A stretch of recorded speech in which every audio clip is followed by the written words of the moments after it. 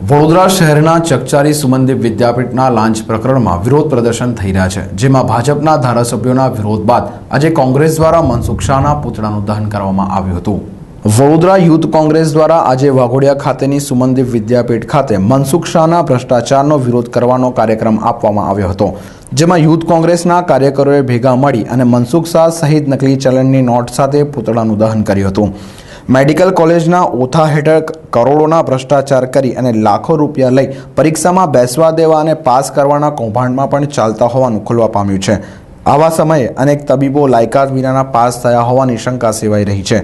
જ્યારે ભાજપના ધારાસભ્યો દ્વારા ન્યાયિક તપાસ સાથેની માંગણી કર્યા બાદ આજે કોંગ્રેસ દ્વારા સુમનદીપ વિદ્યાપીઠની બહાર જ પુતળાનું દહન કરી વિરોધ વ્યક્ત કરવામાં આવ્યો હતો।